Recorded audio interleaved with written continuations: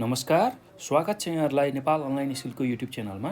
आज हामी कक्षा 10 को स्वास्थ्य, जनसङ्ख्या र वातावरण शिक्षा भन्ने जुन विषय छ, त्यो विषयभित्र रहेको एकाइ 6 मा पर्ने प्राकृतिक स्रोत र जैविक विविधताको विगतमा एसएलसी अथवा एसईमा सोधिएका प्रश्न र सोध्न सक्ने सम्भावित प्रश्न र त्यसका उत्तरहरू हामीले यो भिडियोमा लिएर आएका छौँ। र त्यसमा पनि विशेष गरेर आज हामी अति छोटो प्रश्न र त्यसको उत्तरहरू जसले चाहिँ 1 अङ्क ल्याउनलाई सहयोग गर्छ परीक्षामा हो, त्यस्ता खालका अति छोटो प्रश्न उत्तरहरूको बारेमा यो भिडियोमा चर्चा गर्न गइरहेछौँ। र तपाईहरुले भाइ बहिनीहरू यो भिडियोलाई ध्यानपूर्वक हेर्नु होला, किनभने यहाँ जुन जुन प्रश्नहरू मैले गराउँछु त्यो एसईमा अथवा एसएलसीमा सोधिएका प्रश्नहरू नै गराउने हो।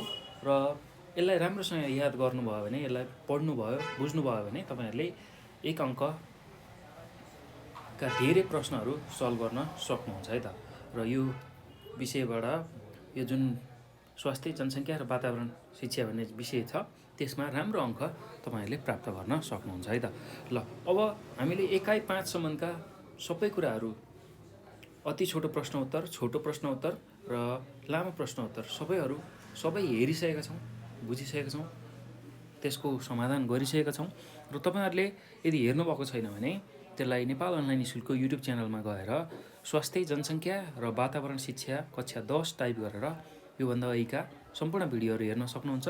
र त्यसले चाहिँ तपाईहरुको एसईको जुन परीक्षा छ त्यसको लागि धेरै सहयोग गर्छ है। ल, त्यो कुरा याद गर्नु होला। र अब हामी हाम्रो विषयवस्तुतिर जाउँ। हामीले आज चाहिँ अति छोटो प्रश्न उत्तरहरू गर्दैछौँ। ल, अब यो एकाइ 6 मा पर्ने प्राकृतिक स्रोत र जैविक विविधतामा कस्तो खालको प्रश्न सोध्छ त 1 अङ्कमा, त्यसलाई हेर्दैछौँ है त। ल, पहिलो प्रश्न छ नेपालमा कति प्रकारका पारिस्थितिक प्रणालीको पहिचान भएको छ भनेर सोधेको छ। ल, 2075 को एसईमा सोधेको, सगरमाथा प्रदेशमा सोधेको चाहिँ प्रश्न छ। ल, अब त्यसको उत्तर हामी लेख्न गइरहेछौँ। ल, एकदम सजिलो छ, केही गाह्रो छैन। समुद्र र मरुभूमिका पारिस्थितिक प्रणाली बाहेक नेपालमा जलीय र स्थलीय गरी 2 किसिमका पारिस्थितिक प्रणालीहरू पाइन्छन्। यस अन्तर्गत वन तथा भू संरक्षण मन्त्रालयले सन् 2014 को प्रतिवेदन अनुसार नेपालमा 118 प्रकारका पारिस्थितिक प्रणाली पहिचान भएका छन् भनेर तपाईहरुले लेख्न सक्नुहुन्छ है त। एकदम सहज छ यसको उत्तर। ल, अब यसको उत्तरमा यसरी लेख्न सक्नुहुन्छ। समुद्र र मरुभूमिका पारिस्थितिक प्रणाली बाहेक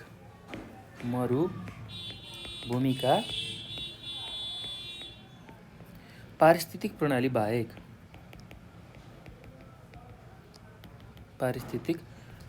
बाहेक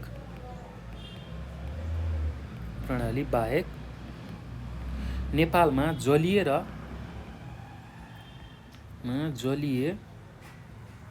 र स्थलीय अर्थात् जलमा र जमिनमा पाइने गरी दुई किसिमका पारिस्थितिक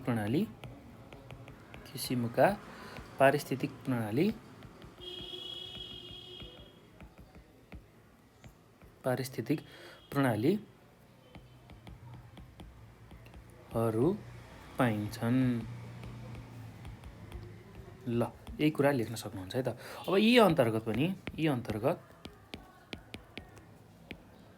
अन्तर्गत वन तथा भू संरक्षण मन्त्रालयको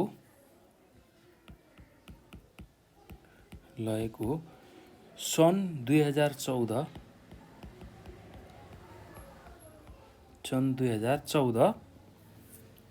को प्रतिवेदन अनुसार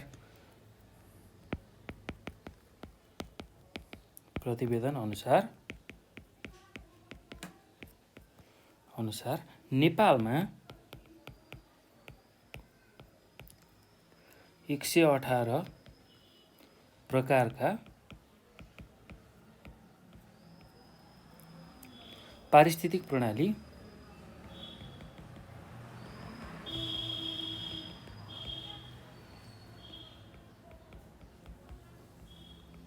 प्रणाली पहिचान भएका छन्। ल यति कुरा तपाईँले यसको उत्तरमा लेख्न सक्नुहुन्छ है त। एकदम सहज छ, केही गाह्रो छैन। ल यति लेख्नुभयो भने 1 अङ्क प्राप्त भयो। ल अब दोस्रो प्रश्नमा जाउँ हामी। दोस्रो प्रश्नमा के छ भने स्वस्थानीय संरक्षणको कुनै एक उदाहरण दिनुहोस् भनेर सोधेको छ। ल यो पनि एसईको 2075 सालमा मिथिला प्रदेश नम्बर 2मा सोधिएको प्रश्न हो। ल एकदम सजिलो छ है।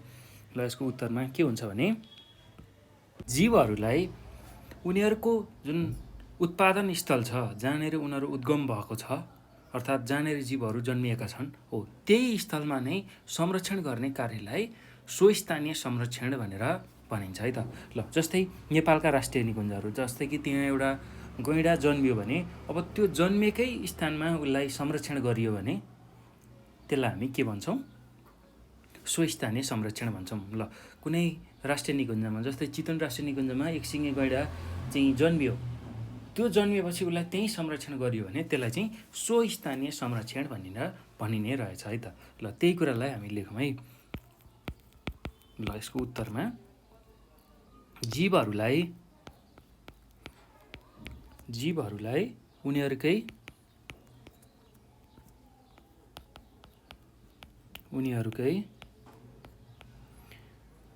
उत्पादन स्थलमा नै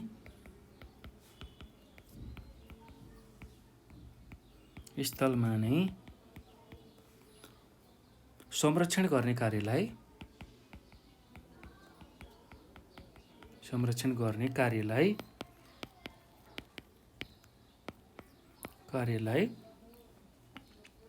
स्वस्थानीय संरक्षण भनिन्छ। स्वस्थानीय संरक्षण भनिन्छ। ल अब यसको उदाहरणमा जस्तै नेपालको राष्ट्रिय निकुञ्जहरू,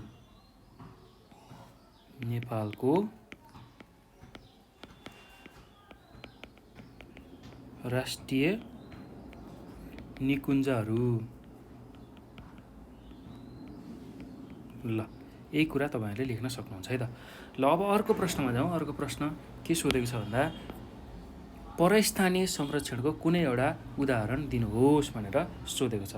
ल अब परस्थानीय संरक्षण भन्ने बित्तिकै जीवहरूलाई उनीहरूको उत्पादन स्थल बाहेक अर्को सुहाउँदो स्थलमा संरक्षण गर्ने कार्यलाई परस्थानीय संरक्षण भनिन्छ। अब यसको उदाहरण भनेको चिडियाखाना, जस्तै कि चितवन राष्ट्रिय निकुञ्जमा जन्मिएको बाघलाई हामीले चिडियाखानामा ल्याएर राख्यौँ भने र सुरक्षा गऱ्यौँ भने, संरक्षण गऱ्यौँ भने त्यसलाई हामी परस्थानीय संरक्षण भनेर भन्छौँ है त। ल त्यही कुरालाई हामी लेखौँ।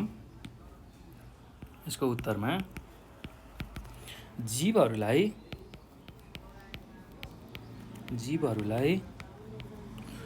उनीहरूको उत्पादन स्थल बाहेक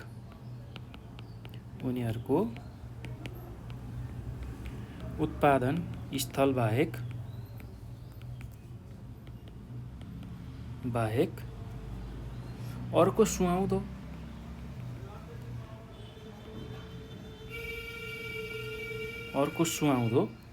स्थलमा संरक्षण गर्ने कार्यलाई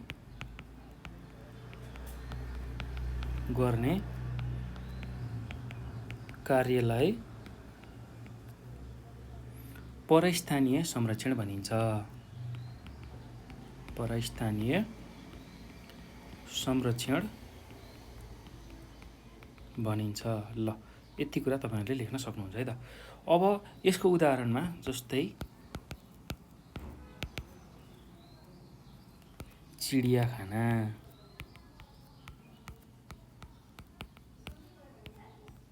ल यति कुरा तपाईँहरूले लेख्नु होला है त। ल अब अर्को प्रश्नमा जाउँ हामी। अर्को प्रश्न के छ भन्दाखेरि चाँप कुन रोगको उपचारमा प्रयोग गरिन्छ भनेर सोधेको छ। ल यो पनि 2075 सालको एसईमा सोधेको प्रश्न हो। ल चाँप चाहिँ विशेष गरेर आँखाको रोग र बाथको रोगको उपचारको लागि प्रयोग गरिन्छ भनेर तपाईँहरूले लेख्न सक्नुहुन्छ। यसको उत्तरमा चाँप आँखाको रोग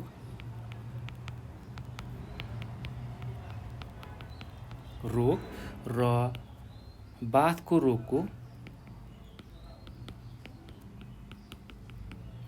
रोगको उपचारका लागि प्रयोग गरिन्छ। उपचारका लागि प्रयोग गरिन्छ।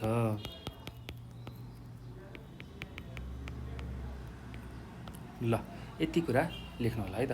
अब अर्को प्रश्न छ, 5 औँले कुन रोगको उपचारका लागि प्रयोग गरिन्छ भनेर सोधेको छ। ल यो पनि एसईकै 2075 सालमा सोधेको प्रश्न हो है त।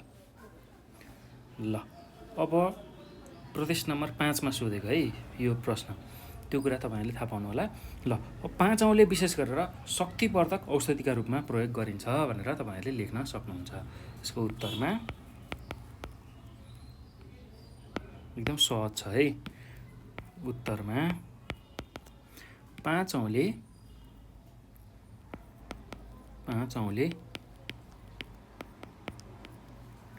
शक्तिवर्धक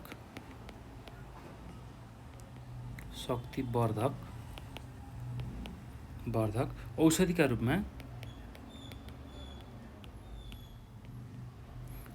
रूपमा प्रयोग गरिन्छ। ल यो कुरा लेख्नु होला। अब अर्को प्रश्न के छ भने प्रजातिगत विविधताको एउटा उदाहरण लेख्नुहोस् भनेर सोधेको छ। ल अब यो पनि एसईकै 2075 सालमा प्रदेश नम्बर 6 मा सोधेको प्रश्न हो है त। ल प्रजातिगत विविधता अन्तर्गत अब त्यसमा के पर्छ भन्दाखेरि स्तनधारी प्राणी पर्छ, त्यस्तै गरेर ढाड भएको, त्यस्तै गरी ढाड नभएको, फुल पार्ने हो, यस्तो खालको विविधता चाहिँ प्रजातिगतमा हुने गर्छ। त्यही कुरा हामीले लेख्न सक्छौँ है त। ल यसको उत्तरमा कसरी लेखिन्छ भने प्रजातिगत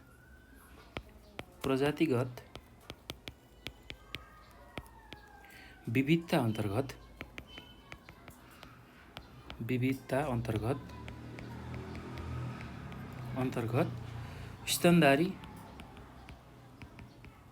स्तनधारी अथवा ढाड भएका, त्यस्तै गरेर ढाड नभएका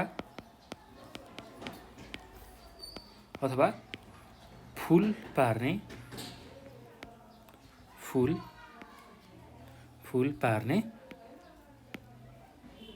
पर्दछन्।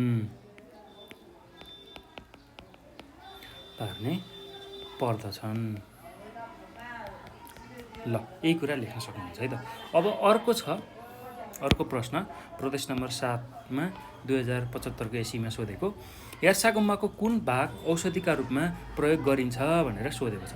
ल यार्सागुम्बा भनेको त्यस्तो खालको जडीबुटी हो जसको चाहिँ प्रत्येक अङ्ग, प्रत्येक भाग चाहिँ औषधिको रूपमा प्रयोग गरिन्छ। ल त्यही कुरालाई हामीले उत्तरमा लेखौँ है त। यसको उत्तरमा यार्सागुम्बाको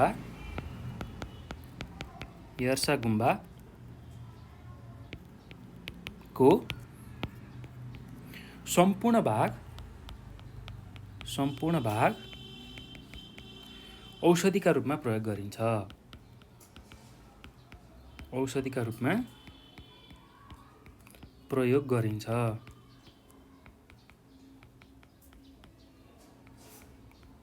ल यति कुरा लेख्न सक्नुहुन्छ है त। अब अर्को प्रश्न छ, जैविक विविधताका किसिमहरू लेख्नुहोस् भनेर सोधेको छ।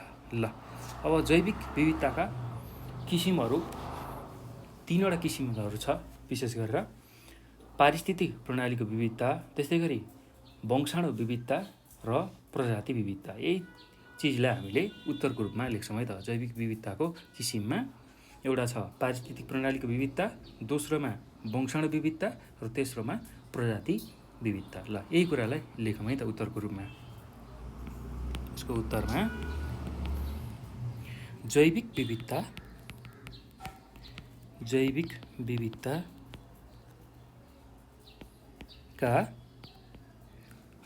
किसिमहरू। ल अब यसलाई क नम्बरमा यसरी लेखौँ, पारिस्थितिक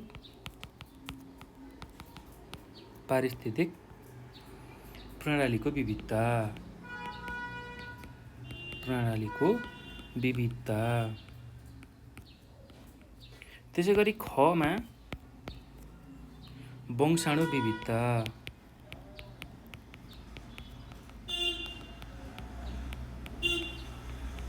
त्यसै गरी ग नम्बरमा प्रजाति विविधता, प्रजाति विविधता। ल यति कुरा तपाईहरुले लेख्न सक्नुहुन्छ है त।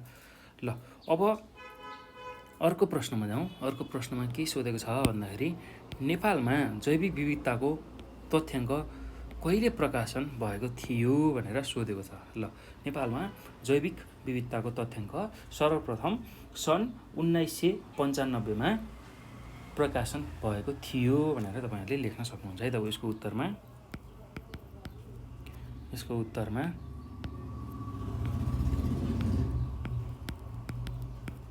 ल सन्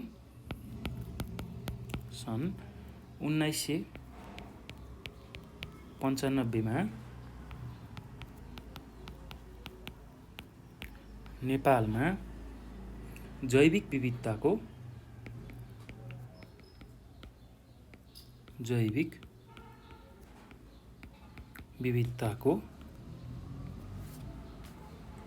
तथ्याङ्क प्रकाशन भएको थियो। तथ्याङ्क प्रकाशन भएको थियो।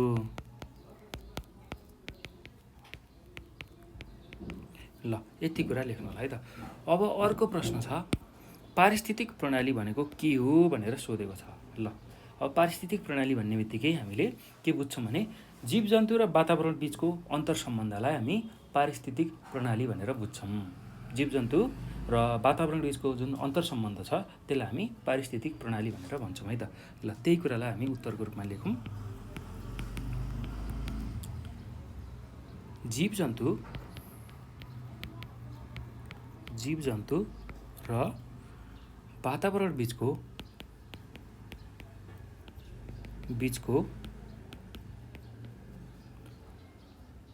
अन्तर सम्बन्धलाई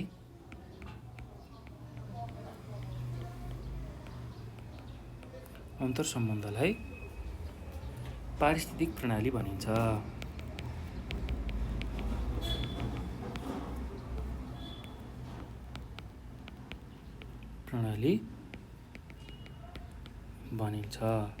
ल यही कुरा लेख्न सक्नुहुन्छ है त।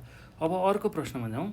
अर्को प्रश्न के छ भन्दाखेरि जैविक विविधताको कुनै एउटा महत्त्व लेख्नुहोस् भनेको छ। ल जैविक विविधताको महत्त्व कुनै एउटा महत्त्वमा सबैभन्दा राम्रो महत्त्व भनेको कृषिजन्य उत्पादन नै हो।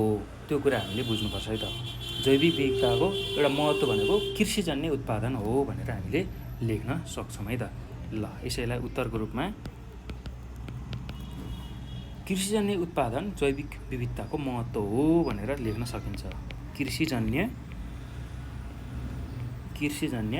उत्पादन जैविक विविधताको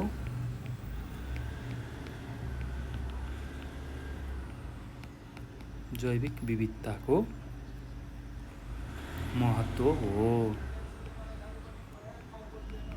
ल यही कुरा लेख्न सक्नुहुन्छ है त। ल अब अर्को प्रश्नमा जाउँ। अर्को प्रश्न के छ भने प्राणी तथा वनस्पतिलाई आफ्नै वासस्थानमा संरक्षण गर्ने कार्यलाई के भन्ने चलन छ भनेर सोधेको छ। ल प्राणी तथा वनस्पतिलाई आफ्नै वासस्थानमा संरक्षण गर्ने कार्यलाई हामी जैविक विविधताको संरक्षण भनेर भन्छौँ है त। जैविक विविधताको संरक्षण भनेर भन्छौँ। ल त्यही कुरालाई हामी लेखौँ। प्राणी तथा वनस्पतिलाई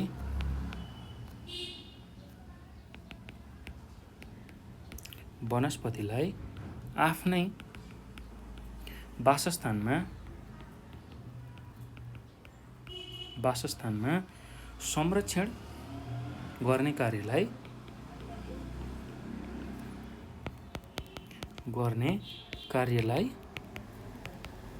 हामीले के भन्छौँ भन्दाखेरि जैविक विविधताको संरक्षण भन्छौँ। जैविक विविधताको संरक्षण भनेर भन्छौँ। ल यति कुरा तपाईँहरूले लेख्नु होला है त। अब अर्को प्रश्नमा जाउँ। अर्को प्रश्न के छ भन्दाखेरि जैविक विविधता कायम राख्न के गर्नुपर्दछ भनेर सोधेको छ। ल जैविक विविधता कायम गर्न हामीले प्राकृतिक वातावरणलाई सन्तुलित र सुरक्षित राख्नुपर्दछ। त्यो कुरा हामीले बुझ्नुपर्छ है त। जैविक विविधतालाई कायम गर्न हामीले के गर्नुपर्छ भन्दाखेरि प्राकृतिक वातावरणलाई सन्तुलित र सुरक्षित राख्नुपर्छ। ल त्यही कुरा हामीले लेखौँ उत्तरमा।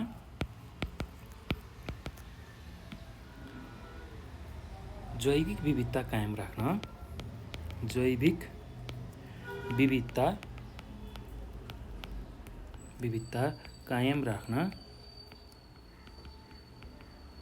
कायम राख्न प्राकृतिक वातावरणलाई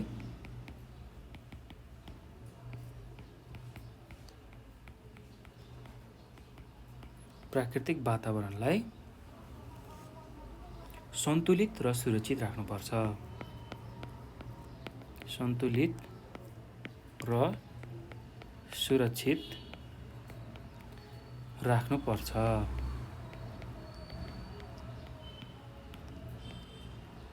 ल यति कुरा लेख्नु होला है त। अब अर्को प्रश्न के छ भने अर्को प्रश्नमा जाउँ। कुन तत्त्वले जैविक विविधताको स्थितिलाई निर्धारण गर्दछ भनेर सोधेको छ। ल विशेष गरेर भौतिक स्वरूपले जैविक विविधताको स्थितिलाई निर्धारण गर्छ भनेर हामीले लेख्न सक्छौँ है त। यसको उत्तरमा भौतिक स्वरूपले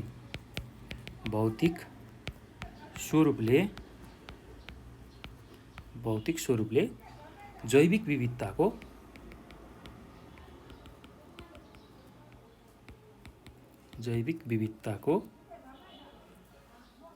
स्थितिलाई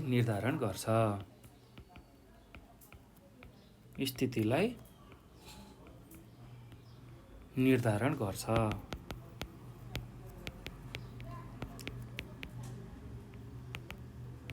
ल अब यो पछि हामी अर्को प्रश्नमा जाउँ।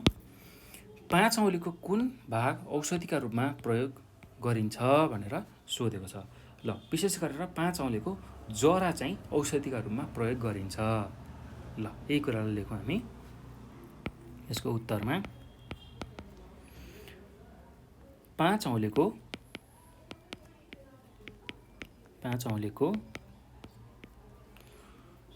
जरा औषधिका रूपमा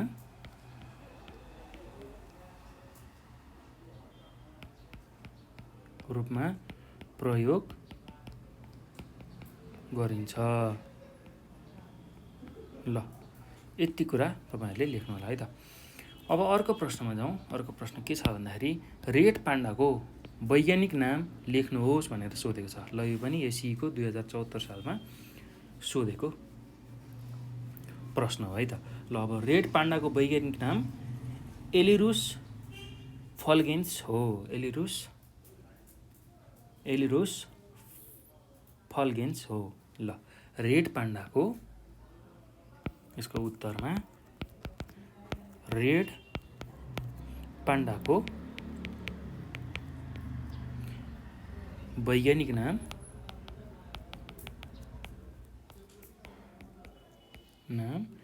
एलिरुस AILURUS एलिरुस फल्गेन्स FULGENS फल्गेन्स हो। ल अब त्यसै गरी अर्को प्रश्न के छ भने अजिङ्गरको चोरी सिकारी हुनुको मुख्य कारण के हो भनेर सोधेको छ। ल विशेष गरेर अजिङ्गरको चोरी सिकारी हुनुको मुख्य कारण भनेको यसको छालाबाट कस्मेटिक र झोला बनाउन सकिन्छ, त्यसैले यसको चोरी सिकारी हुन्छ। त्यही कुरालाई हामीले लेख्न सक्छौँ है त उत्तरमा। ल अजिङ्गरको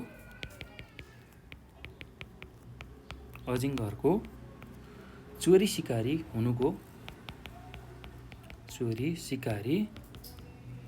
हुनुको मुख्य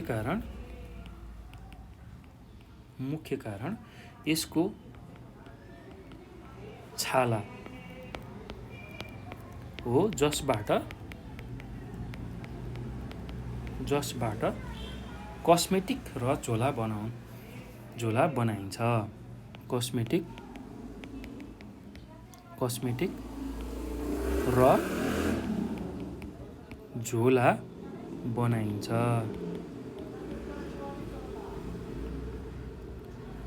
ल यति कुरा लेख्न सक्नुहुन्छ है त। अब अर्को प्रश्नमा जाउँ। अर्को प्रश्नमा के छ भन्दाखेरि यार्सा गुम्बाको कुनै एक उपयोगिता लेख्नुहोस् भनेर सोधेको छ। ल यार्सा गुम्बा शक्ति दिने तथा यौन उत्तेजक औषधिका रूपमा प्रयोग गरिन्छ भनेर तपाईँहरूले लेख्न सक्नुहुन्छ है त। ल यार्सा गुम्बा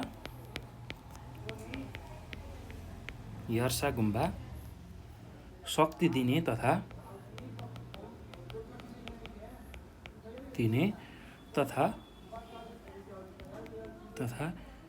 यौन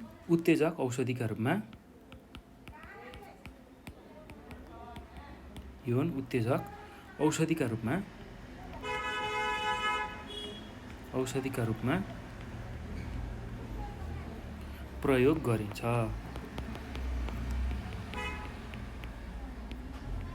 ल यो कुरा लेख्नु होला है त।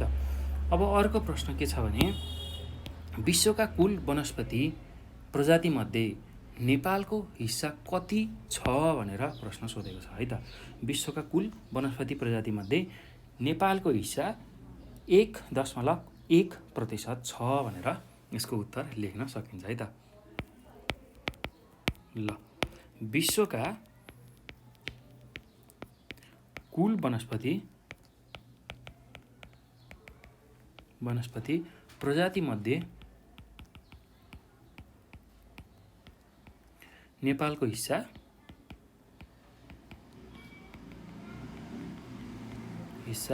1.1% छ। ल अब यो पछि हामी फेरि अर्को प्रश्नमा जाउँ। अर्को प्रश्नमा के छ भने हाब्रेको मुख्य आहार के हो भनेर सोधेको छ। ल एसएलजीको 2071 सालमा सोधेको प्रश्न हो है त यो। ल अब हाब्रेको मुख्य आहार भनेको घाँसपात, फलफुल, बाँस र निगालो हो। ल त्यही चिजलाई हामी उत्तरमा लेखौँ। हाब्रेको मुख्य आहार घाँसपात, फलफुल, बाँस र निगालो हो। ल यही कुरा लेख्न सक्नुहुन्छ है त। अब अर्को प्रश्न के छ भन्दाखेरि संसारमा पाइने सबैभन्दा ठुलो सर्प कुन हो भनेर सोधेको छ। ल संसारमा पाइने सबैभन्दा ठुलो सर्प अजिङ्गर हो भनेर भन्न सक्छौँ है। ल संसारमा पाइएको भन्यो भने चाहिँ अर्को टाइटानोबोआ भन्ने सर्प हुन्छ। त्यो चाहिँ अजिङ्गरभन्दा पनि ठुलो हुन्थ्यो है। त्यो चाहिँ अहिले लोप भइसकेको छ। टाइटानोबोआ भन्ने एकदम सबैभन्दा ठुलो सर्प थियो कुनै समयमा पृथ्वीमा, र अहिले त्यो लोप भइसकेको छ। र अहिले चाहिँ अजिङ्गरलाई नै सबैभन्दा ठुलो सर्पको रूपमा लिइन्छ है। संसारकै सबैभन्दा ठुलो सर्पको रूपमा अजिङ्गरलाई लिइन्छ। ल यही कुरालाई हामी उत्तरमा लेखौँ। संसारमा पाइने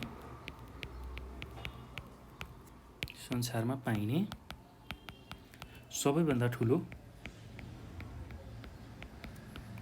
सर्प अजिङ्गर हो।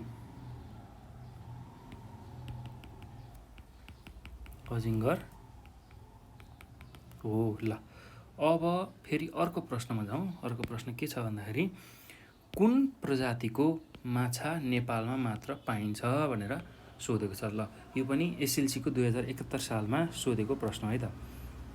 विशेष गरेर जलकपुर र असला प्रजातिका माछा नेपालमा मात्र पाइन्छ। ल त्यही कुरा हामी लेखौँ है त। जलकपुर र असला प्रजातिका माछा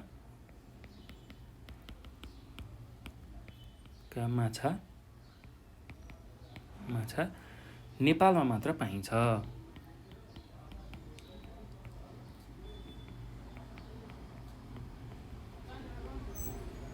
ल अब यो पछि फेरि अर्को प्रश्नमा जाउँ। अर्को प्रश्न के छ भने घस्रने जाति अन्तर्गत नेपालमा संरक्षित भनी घोषित 3 प्रजाति के हुन् भनेर सोधेको छ। ल एसएलसीको 2071 सालमै सोधेको प्रश्न हो है त। घस्रने जाति अन्तर्गत नेपालमा संरक्षित भनी घोषित 3 प्रजाति भनेको घडियाल गोही, त्यसै गरी सुनगोरो र अजिङ्गर हुन्। ल यही कुरालाई उत्तरको रूपमा लेख्न सकिन्छ। घस्रने जाति अन्तर्गत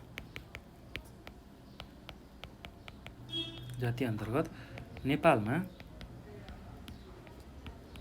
संरक्षित भनी घोषित 3 प्रजाति भनेको 3 प्रजातिमा घडियाल गोही।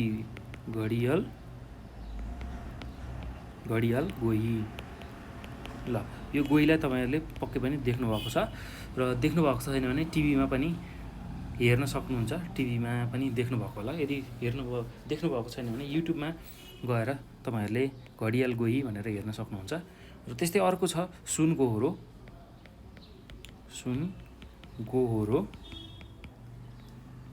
ल त्यस्तै अर्को छ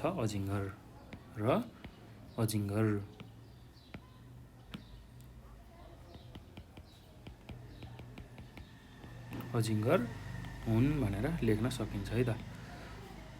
ल अब त्यस्तै गरेर अर्को प्रश्नमा जाउँ। अर्को प्रश्न के छ भने नेपालमा कुन लोपोन्मुख वनस्पतिलाई राम्रो फर्निचरका लागि प्रयोग गरिन्छ भनेर सोधेको छ। नेपालमा कुन लोपोन्मुख वनस्पतिलाई राम्रो फर्निचरका रूपमा प्रयोग गरिन्छ भन्दाखेरि त्यो भनेको चाँप हो। नेपालमा चाँपलाई चाहिँ राम्रो फर्निचरका लागि प्रयोग गरिन्छ। ल यसको उत्तरमा नेपालमा चाँपलाई राम्रो फर्निचरका रूपमा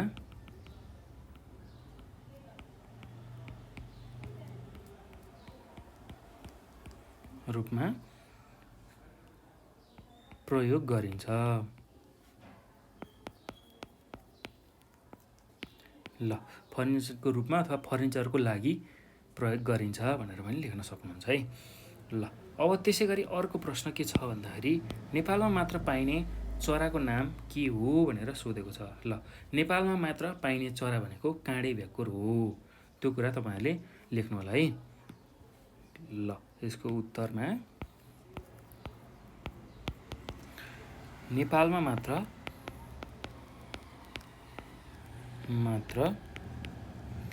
पाइने चराको नाम काँडे भ्याकुर हो। काँडे भ्याकुर हो। ल यही कुरा लेख्न सक्नुहुन्छ है त। अब अर्को प्रश्न छ एसएलसीको 2071 सालमा सोधेको ठुलो धनेशको शिकार केका लागि हुने गर्छ भनेर सोधेको छ। ल ठुलो धनेशको शिकार चाहिँ विशेष गरेर मासु र औषधिको लागि हुने गर्छ। किनभने त्यो धनेशको मासु मिठो हुन्छ र चाहिँ त्यसको मासु चाहिँ औषधिको काम गर्छ। त्यसको मासुले औषधिको काम गर्ने भएको हुनाले मासु र औषधिको लागि यसको शिकार हुन्छ। ल उत्तरमा हामीले के लेख्न सक्छौँ भने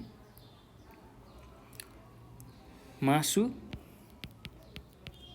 र औषधिका लागि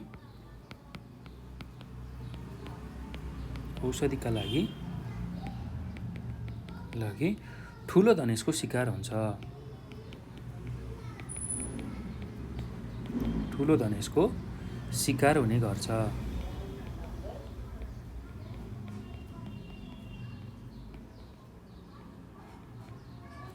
ल यही कुरा लेख्न सक्नुहुन्छ। अब अर्को प्रश्न के छ भन्दाखेरि यार्सा गुम्बा संरक्षण गर्ने एक उपाय लेख्नुहोस् भनेर ल 2071 सालको एसएलसीमा सोधेको प्रश्न हो यो।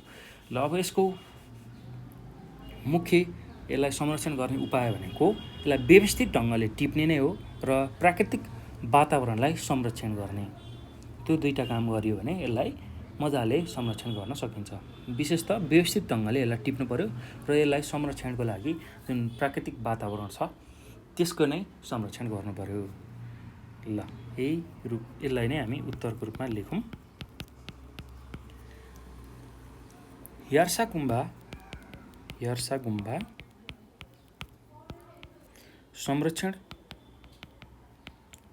संरक्षण गर्न व्यवस्थित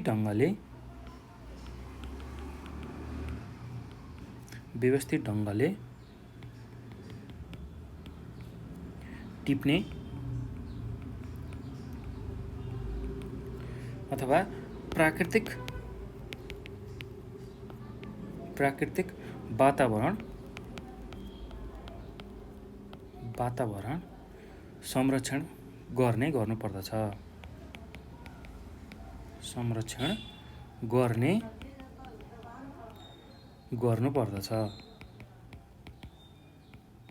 ल त्यस्तै अब अर्को प्रश्न के छ भने धनेश चरा नेपालको कुन भौगोलिक क्षेत्रमा पाइन्छ भनेर सोधेको छ। ल विशेष गरेर धनेश चरा नेपालको तराई प्रदेशमा पाइन्छ। ल उत्तरमा के लेख्न सकिन्छ भने धनेश चरा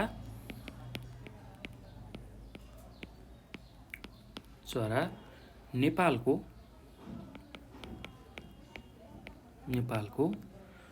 तराई प्रदेशमा पाइन्छ।